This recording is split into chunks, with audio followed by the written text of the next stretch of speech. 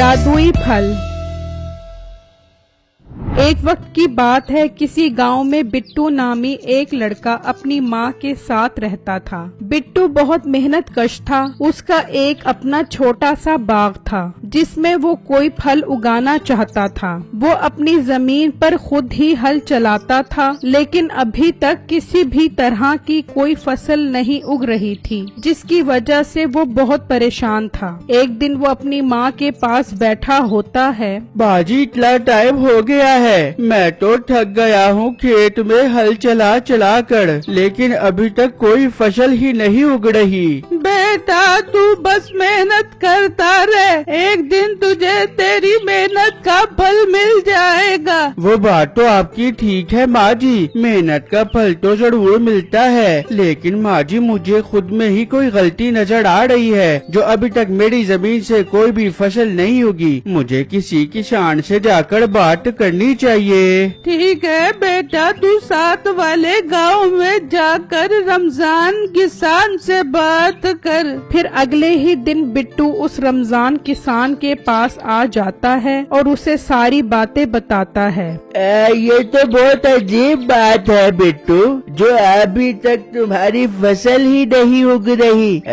तुम बीज कौन सा बो रहे हो? भाई कौन से बीज? मैंने तो कोई भी बीज नहीं बोए अपनी फसल के अंदर। क्या कोई बीज नहीं बो रहे जमीन में? बिट्टू तुम तो बहुत भोले हो, जब बीज नहीं बोगे तो फसल कहाँ से आएगी? रमजान भाई, मैं बीज कहाँ से लूँ? मेरे पास तो पैसे नहीं है बीज खरीदने के लिए। बिट्टू तुम मेरी बात सुनो, तुम सेठ साहब के पास चले जाओ, उनका अपना फलों का बाग है और उनके पास हर तरह का बीज होता है। तुम उनसे बीज उधार ले लो, फिर जब फसल अच्छी हो जाए तो उन्हें पैसे दे देना। अरे वाह रमजान भाई, आपने तो बहुत अच्छा मशवरा दिया है, मेरी तो निकल पड़ी। फिर बिट्टू खुशी खुशी वहाँ से चल पड़ता है और सेठ साहब के पास आता है। शेर साहब, मुझे रमजान साहब ने आपके पास भेजा है। शेर साहब, मुझे अपनी जमीन की फसल के लिए बीज चाहिए, कुछ दिनों के टाइम पर। अच्छा, बीज चाहिए? कितनी जमीन है तुम्हारी? शेर साहब, बस थोड़ी सी जमीन है मेरी, मैं चाहता हूँ उसमें अच्छी नस्ल का फल उगाऊं और खूब पैसा कमाऊं अपने घर में अपनी फसल के ऊपर बैठकर। ठीक है, तुम्हें बीज मिल जाएंगे, लेकिन पहले मेरा मुंशी तुम्हारी जमीन को देखेगा, फिर हम उसके हिसाब से तुम्हें बीज देंगे। ठीक है शेर साहब, आप अपने मुंशी को मेरे साथ भेज दो। हाँ हाँ, तुम जाओ, मैं मुंशी को तुम्हारे घर भेज दूंगा। फिर बिट्टू उसे अपने घर का पता समझा देता है और वहाँ से चला जाता है तो मीठा कहता है, मुंशी जा, इसकी जमीन को चेक कर, काफी दिनों बाद कोई शिकार आया है हमारे हाथ में। बेटे, इस मोटे लड़के को मैंने तुम्हारे पास भेजा है। हाँ हाँ, मुझे पता लग गया है। बेटे मेरा इज्जत दो ना यार।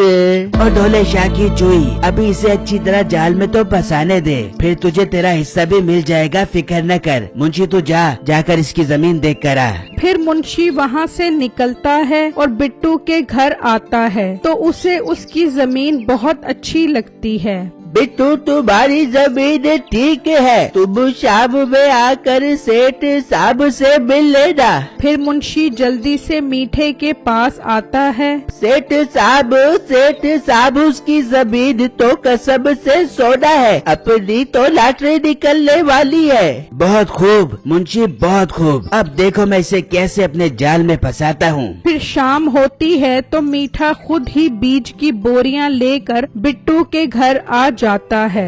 ये लो बिट्टू, मैं तुम्हारे पास खुद ही बीज लेकर आ गया हूँ। पूरे 5 लाख रुपए के बीज हैं। जब तुम्हारी फसल तैयार हो जाए तो तुम उसे बेचकर मेरे पैसे वापस कर देना। मीठे भाई, आपका बहुत बहुत शुक्रिया जो आप मेरी इतनी मदद कर रहे हो। मैं आपका ये एहसान कभी नहीं भूल पाऊंगा। एहसान की कोई बात नहीं है, ये तो मेरा फर्ज है। तुम बस जमीन पर काश की तैयारी करो। फिर अगले ही दिन से बिट्टू जमीन पर हल शुरू शुरू कर देता है तो देखते ही देखते उसकी जमीन से पौधे निकलना शुरू हो जाते हैं। अम्मी जान देख लो, मेरी मेहनत रंगली आई है। ये सब मीठे भाई की वजह से हुआ है। मैं फसल तैयार होते ही उसे बेचकर मीठे भाई को पैसे भी दूंगा और अपनी जमीन का ताजा ताजा फल भी उन्हें खिलाऊंगा।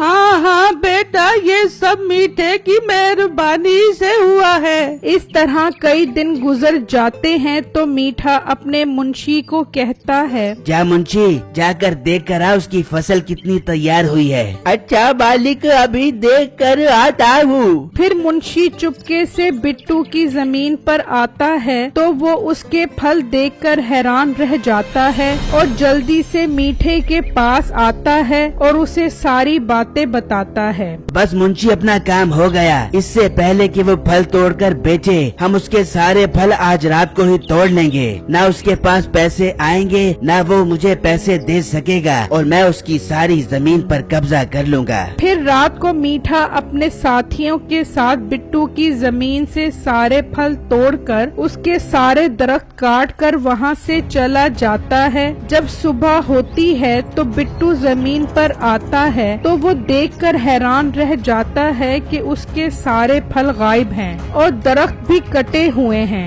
वो उदासी में मीठे के पास जाता है। मीठे भाई, मेरे साथ बहुत जुल्म हो गया है। कोई मेरे सारे बाग को तबाह कर गया है। मेरी मदद करे, मेरा कोई नहीं है। नहीं, मैंने क्या तेरा ठेका लिया हुआ है जो हर वक्त तेरी मदद करता फिरूं? मेरा पैसा वापस कर, वरना मुझे अपनी जमीन दे। मीठे भाई, आप क्या कह रहे हो? मुझ पर थोड़ा रहम करो।